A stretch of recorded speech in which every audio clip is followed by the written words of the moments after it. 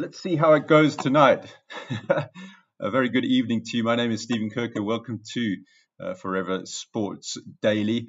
It's a big day tomorrow for South Africa. The Momentum Proteas taking on England in the second semi-final of the ICC Women's T20 World Cup. At the moment, Australia taking on India.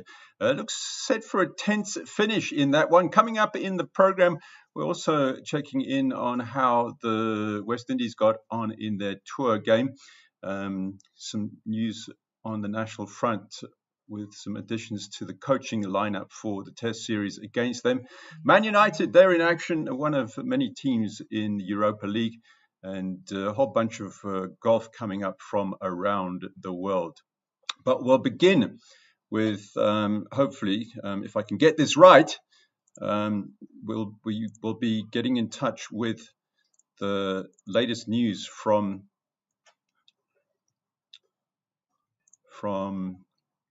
the ICC Cricket World T20 semi-final. That's the one between India and Australia, taking place at Newlands. There we go. That almost worked. I'm just not used to using two screens anymore. There you go. India 153 for 6, chasing 173. Well, that's pretty useful. They need exactly 20 runs off the last 2 overs. Australia racking up that score on the back of that half century there from Beth Mooney, and contributions from all the top order batters. Alyssa Healy getting 25 there, 49 from Meg Lanning, this captain, just missing out on a half century, and Ashley Gardner with 31, 2 wickets, but expensive ones, I guess, for Shikha Pandey. Still a fairly even bowling performance there, but Renuka Singh proving pretty costly there. The Indian lineup, well, they were in early trouble, as you can see there, slipping there to 28 for 3 before recovering, thanks to that partnership between Jemima Rodriguez and Harmanpreet Kaur. Wickets now, they've got the wickets in the bank, but you'd think that this is probably a little bit too much for them to chase. Stranger things have happened, haven't they? Now let's talk about that second semi-final that takes place tomorrow, and of course it's also at Newlands. It's a massive day for the Momentum Proteas, hoping for a first ever win against England in this format. Now the South African bowlers have been in good form, but the batters, well, less so. Now, while England's batting performance has been astonishing, remember they racked up a record 213 for 5 in their last outing against Pakistan. Now, Sunay Lus has been speaking to the media today. Plenty of excitement, understandably, in the Proteas camp. And she, for one, is really looking forward to tomorrow. I think we're also searching for that perfect game where all 3 aspects of the game click together and work together nicely. So I think for tomorrow, that's definitely something we're going to be focused on. For the batting to work on our KPIs and for all those boxes to be ticked, as well as in the bowling and fielding department. I'm very excited for tomorrow. It's the first time. It's a home semi-final. It's the first time the crowd is going to be for us and not against us. So, no, just very much excited for tomorrow and can't wait to take the field.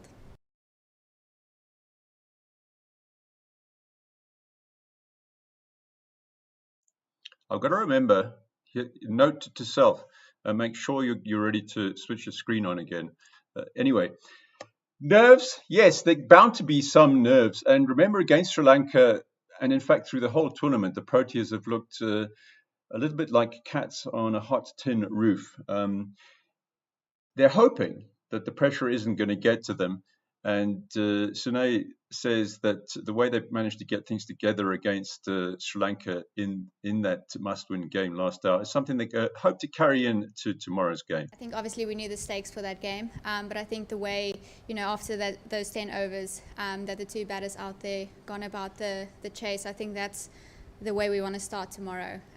So I think just with that attacking brand, attacking cricket, and just the plan they had around that last 10 overs, I think that's definitely we want to start the game tomorrow. I guess obviously it's going to be a big occasion tomorrow, but I think we've been on the other side of it too many times to know exactly what it feels like. So I know the girls today in our meeting, we just said we know how it feels like on the other side, and we don't necessarily want to be there again. So I guess there's enough motivation for us to just go out and enjoy the game. I mean, nothing to lose. So I think we're just going to try and play our best cricket and try and enjoy the moment as well. Now, somebody who's been in ridiculous form for the England side is Nat Siver-Brunt. She scored, I think, 81 in that last outing. So South Africa have to have a good plan to prevent her from teeing off again. Mind you, the way England approaches the game, anyone who comes into bat, I guess they're going to need a plan for them. And Sunay was talking about that.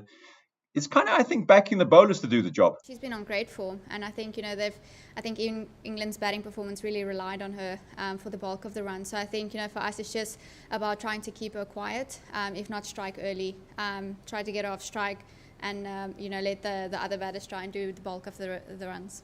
If you look at England, I think they're playing a very attacking brand, which I think can play into our advantage. I think once they lose a wicket, they don't stop being aggressive, which I think can definitely playing out into our advantage tomorrow. Staying with cricket, and the South African Invitationals, Thando Ntini and Cobham Bosch had the West Indies in early trouble. That was on the final day of the three-day warm-up match at Willemore Park today. 18 for 3 at one stage. The Tourists were still 16 runs behind on the first innings. The Tourists had reached 208 for 8 when play was called off. Wicketkeeper Joshua De Silva top scored with 44. Let's have a look at the rest of that card. Let me pull it up so long. That's actually the other matches card. I know how to do this. Probably need two mice.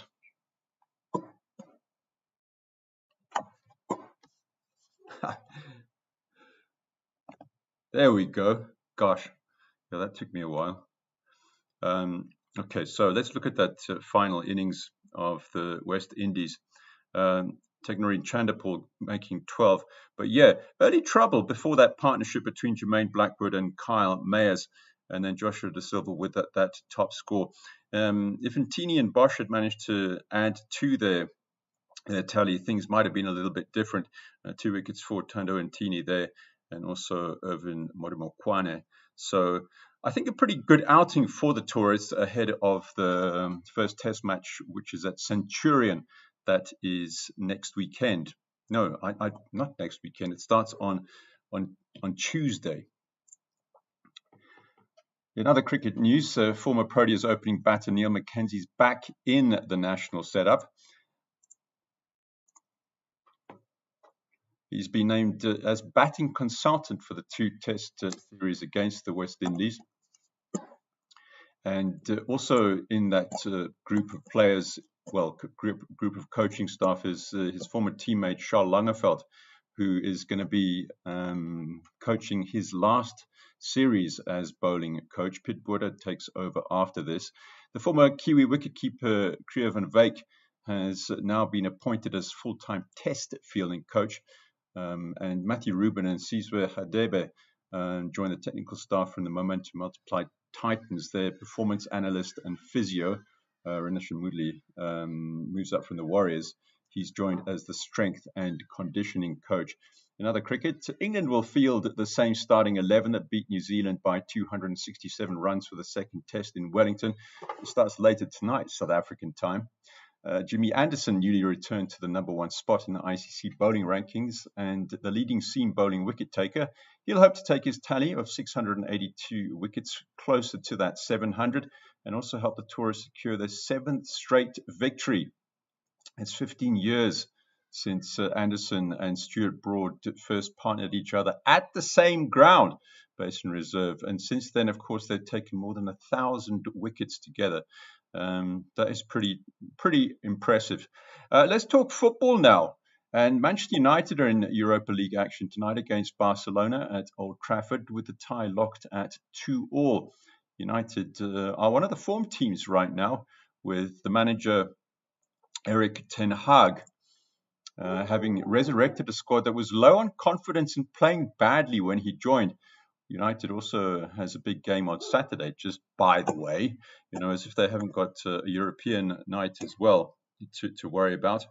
They've got the League Cup final, which is against Newcastle at Wembley. They're also mixing it up in the Premier League, almost back in the hunt for the title, and also still in the FA Cup. Clearly, the European Cup is any European Cup, even if it's not the Champions League, is a pretty big deal.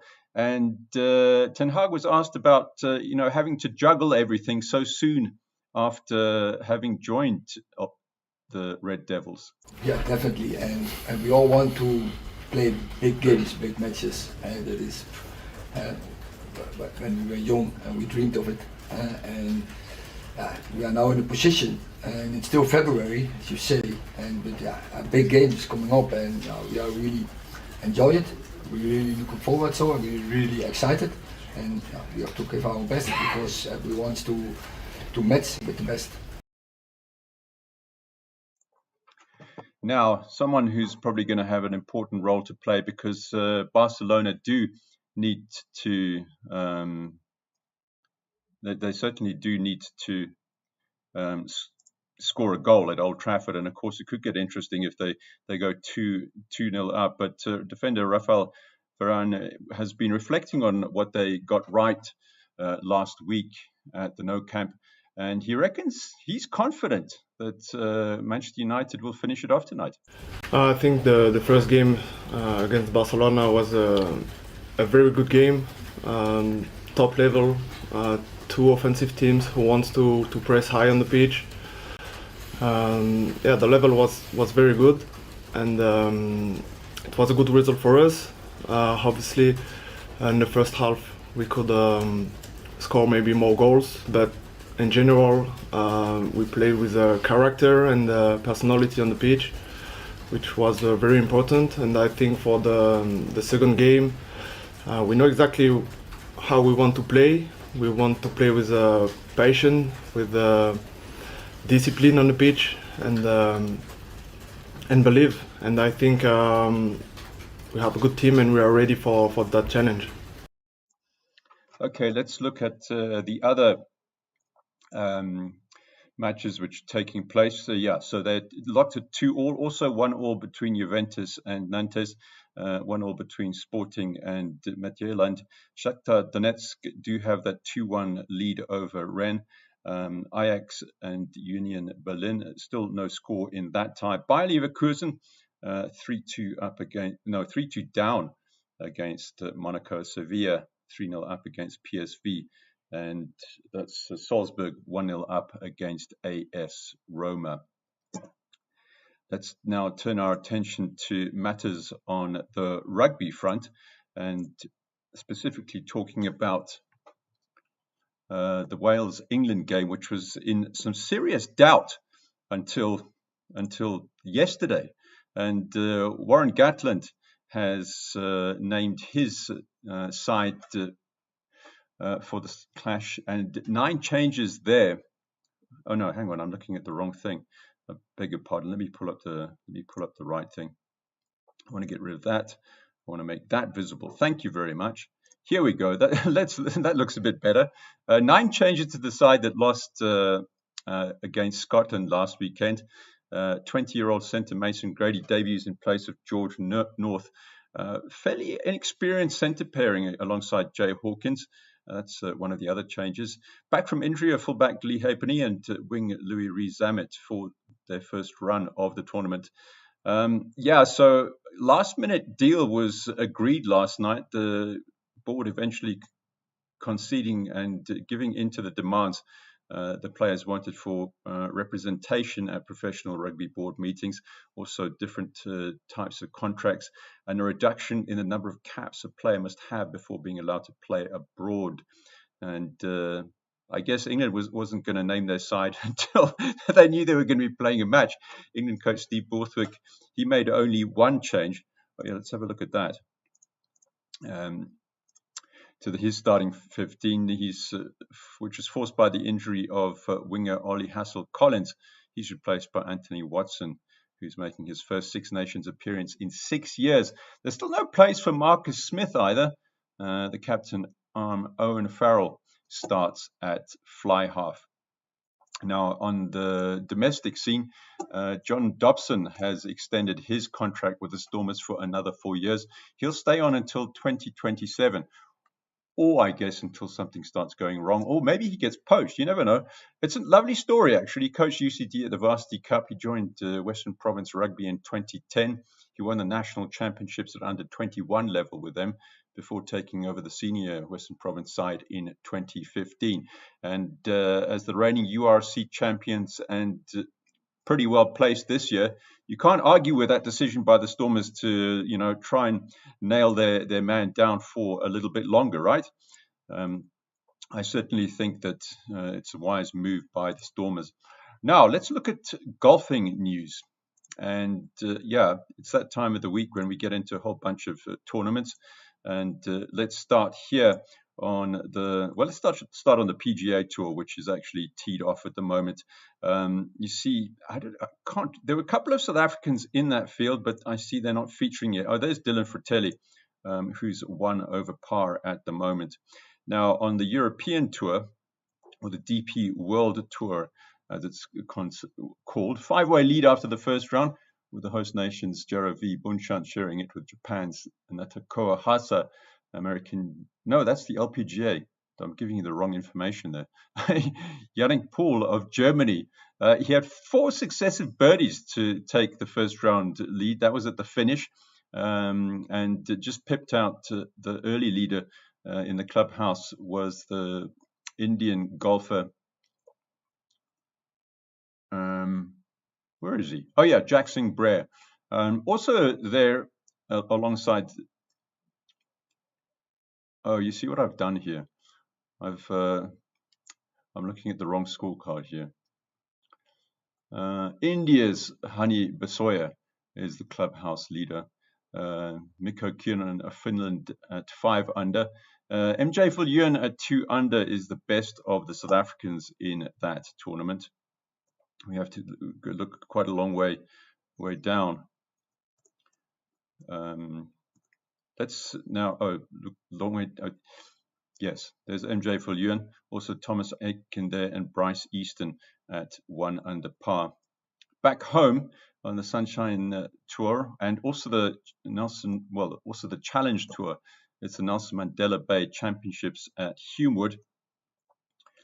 And there's Finland's Adam Blommer, who shot a 63 9 under par to lead South African Peter Moolman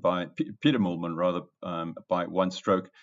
Jack Breyer there at 7 under par with Udo Kuso and Casey Howie and Michael Anthony there also in the hunt there. I was talking about the Honda LPGA in Thailand, the Siam Country Club, where there's a 5-way lead after the first round, with the host nations Jaravi Bunchan sharing it with Japan's Natakoa Hasa, American Jennifer Kupcho, China's Lin Zhu, and Sweden's Anna Nordqvist. For the South Africans, Paul Orita 2 under par, Ashley Buhai at level par. Let's turn our attention to matters of Formula One. And he pretty much finished, started where he left off last season on the opening day of practice for the new season, or testing at least. That's Max Verstappen. Has been the fastest driver so far on the first day of testing. The fastest time there ever, 1 minute 32.837. Carlos Sainz in the Ferrari had been his nearest rival up until a short while ago, but you can see there Aston Martin's Fernando Alonso, who said he was likely to take a bit of time to get used to his new car. Getting to within 0.029 seconds of that. You can't, of course, read too much into these times, but the consistency of Max Verstappen's lapping is impressive. And you see he's put in 155 laps there. What was also unveiled earlier was the new Haas car. If you want to have a look at that, let me come here and pull up the picture of the Haas. and block that out. And there, that's the new Haas, which was put through its paces first up by the returning Ilko Hulkenberg. He managed to get it into 6th place. That was in the early session. In cycling, the UAE Emirates Colombian rider Juan Sebastian Molano outsprinted the rest to claim today's victory. That is in the 4th stage of the UAE Tour. Remco Evenepoel, he's stayed in the overall lead. He's still seconds ahead of Ineos Grenadiers Australian Lucas Plapp, with Spaniard Pello Bilbao of Bahrain victorious at 11 seconds. EF Education Easy Post South African time trial champion Stefan de Bod is still 4th at 4:01. I think we're going to have to go back and check out what's happening in the world of that first semi-final in the cricket. Let's have a look here. Ooh, there we go. We've got a result for you, and it's a narrow one. What an exciting game this was. Let's have a look at that scorecard. Eventually, Australia winning by just 5 runs, is it? Yes, winning by 5 runs, holding their nerve to the end. So an exciting semi-final there. India restricted to 167 for 8 in reply to Australia's 172 for 4. So a top quality match. Ashley Gardner getting the Player of the Match award. That's an impressive outing, isn't it? 31 off 18 deliveries and 2 for 37 with the ball.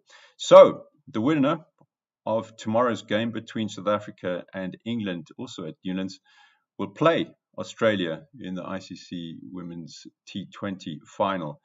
And as we heard from Sine Lus earlier, they've been working on plans to keep the England batting lineup in check. And we'll have to see how well it plays out tomorrow. And also, how well the Proteas managed to hold their nerves. But thank you for staying with Forever Sports Daily. I'd like to think things went a little bit better today. But using a split screen for the first time tonight and not knowing where the mouse is going, yeah, that was just slightly difficult for me. Anyway, you have yourselves a great evening, and I hope that you will join me again tomorrow for the Friday version of Forever Sports Daily. My name is Stephen Kirker. Catch you next time.